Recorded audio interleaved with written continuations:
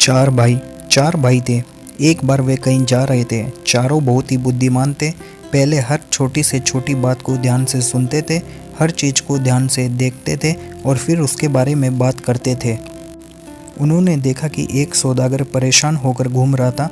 उन्होंने सौदागर से पूछा, क्या बात है भाई, परेशान क्यों हो? सौदागर ने कहा, मेरा ऊँट खो गया है। मैं उस पर सामान लादकर शहर की ओर जा रहा था। रात को मैं थक कर थोड़ी देर सो गया। बस इतनी ही देर में ऊँट कहीं चला गया। क्या आप लोगों ने रास्ते में कोई ऊँट देखा है? पहला भाई बोला, क्या वह काना है, यानी एक आंख से देख नहीं सकता? दूसरा बोला, क्या वह एक पैर से लंगड़ा कर चलता है? फिर तीसरा बोला, क्या उसके ऊपर एक तरफ गेहूं लदा हुआ था? और चौथे ने कहा, और दूसरी ओर शहद का थैला था। सौदागर खुशी से चिल्लाया, बिल्कुल वही है मेरा ऊँट। कहाँ देखा आपने उसे? बताइए ना, मैं जाकर उसे ले आता हूँ। चारों भाई बोले, हमें नहीं पता, हमने आपके ऊँट को कहीं भी कभी भी नहीं देखा, लेकिन बिना देखे आप लोगों को उसके बारे में सब कुछ पता कैसे चला? सौदागर गुस्से से चिल्लाया।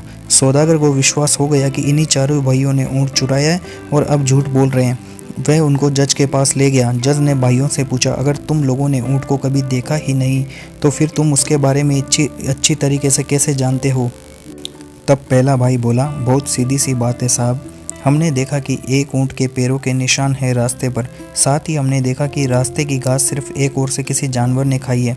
इसीलिए हमने यह सोचा कि ये ऊँट जरूर एक आंख से देख नहीं पाता होगा।